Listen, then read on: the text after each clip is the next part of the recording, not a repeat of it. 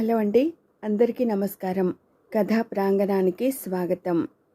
ఇప్పుడు మనం చెప్పుకోబోతున్నది ప్రముఖ రచయిత అర్నాద్ గారి నా మనసులో మాట.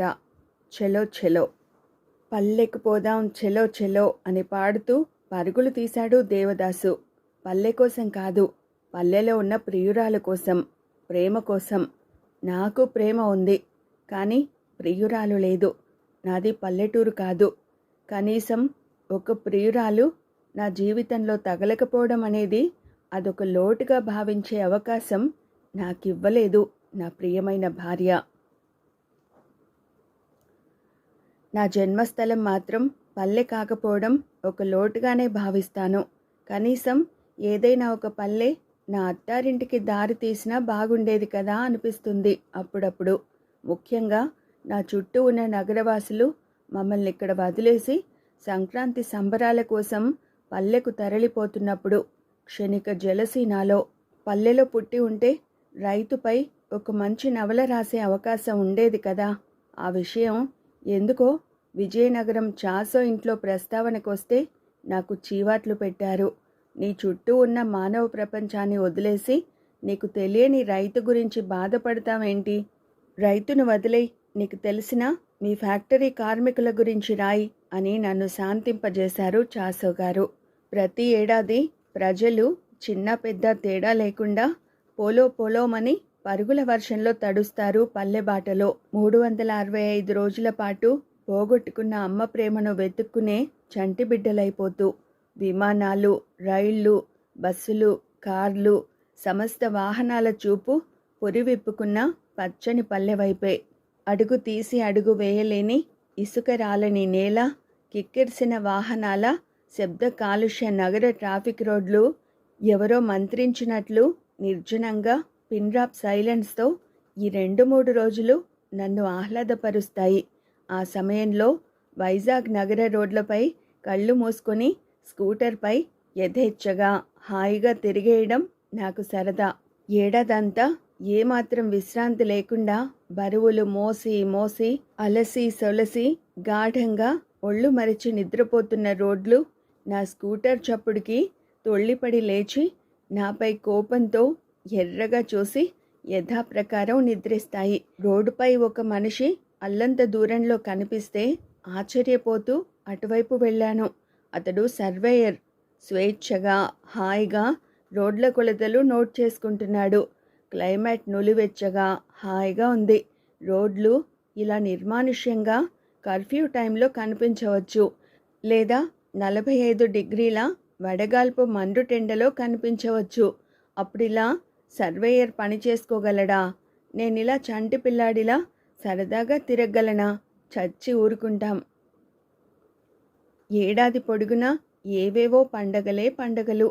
ఆ పండుగలన్నీ ప్రజలు నివసిస్తున్న చోటునే యథాప్రకారం సాంప్రదాయబద్ధంగా యాంత్రికంగా చేసుకుంటూ పోతారు. కానీ పెద్ద పండుగకి మాత్రం ఇంటికి తాళాలు వేసుకుని పిల్లా పాపలతో పల్లెకు పరుగులు తీస్తారు. పెద్ద పండుగ నగర మురికివాడలో కాకుండా పచ్చని పల్లెలో జరపడమే సముచితమన్నట్టు పరుగులు.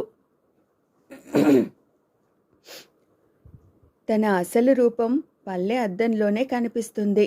నగరం పెంచే తల్లి, పల్లె కన్న తల్లి. ఈ పండుగ మిగతా పండుగల వలె ఏదో రొటీన్గా యాంత్రికంగా కాకుండా సజీవంగా శ్వాసిస్తూ మనసు లోతులని తాకుతూ తన మూలాల మట్టి వాసన తట్టి లేపుతూ మరిచిపోయిన బాల్యపు అనుభూతులను టచ్ చేస్తూ బంధుజన తీయని పలకరింపులతో పులకరిస్తూ సొంత గూటిలో సాగే స్వచ్ఛమైన అసలు సిసలు పండగే పెద్ద పండుగ. ఎక్కడెక్కడో రాష్ట్రాలలో పనిచేసే శ్రమజీవులను సంక్రాంతికి తన సొంత గూటికి చేరనీయకుండా ఆపగలగడం ఏ యజమానికి సాధ్యం కాదు. ఎక్కడ పని అక్కడ వదిలేసి పరుగులు తీయకుండా శ్రామికులు ఉండలేరు. కట్టిస్తున్న ఇంటి గోడలు మొండిగా బోడిగా నిలిచిపోయి నిన్ను వెక్కిరిస్తాయి. చివరికి నీ ఇంట్లో పని మనిషి కూడా గైర్హాజర్. పెద్ద పండుగ ఎంతటి వారినైనా తన వైపు లాగేసుకునే ఒక మహాశక్తివంతమైన అయస్కాంతం. పెద్ద పండుగ ప్రయాణాలు పట్టణం నుంచి పల్లెకే కాదు, నగరం నుంచి నగరానికి కూడా. అది పల్లె అవని, నగరం అవని, సొంత గూటికి చేరిపోవాలి అంతే. ఇప్పటి నగర చుట్టుపక్కల మురికివాడలన్నీ అప్పటి పల్లె ప్రాంతాలే కదా.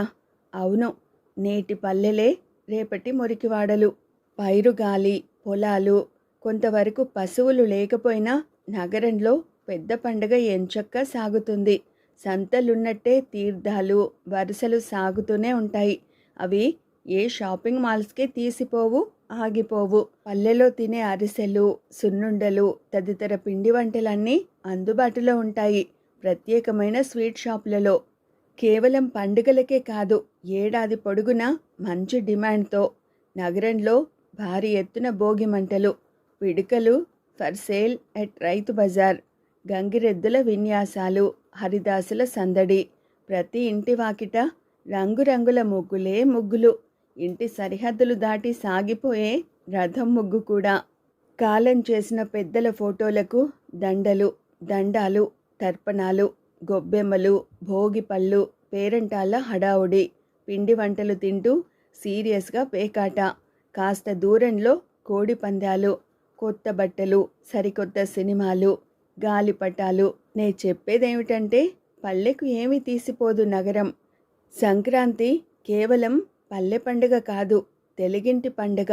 2 రాష్ట్రాలలో ఇంటింటి పండుగ. తెలుగోడు దేశంలో ఏ మూలనున్నా, విదేశాలలో ఎక్కడెక్కడ ఉన్నా తప్పనిసరిగా చేసుకునే పండుగ సంక్రాంతి. ప్రతి తెలుగింట్లో పెద్ద పండుగ. ఒక సుమధుర ఆధ్యాత్మిక పరిమళం.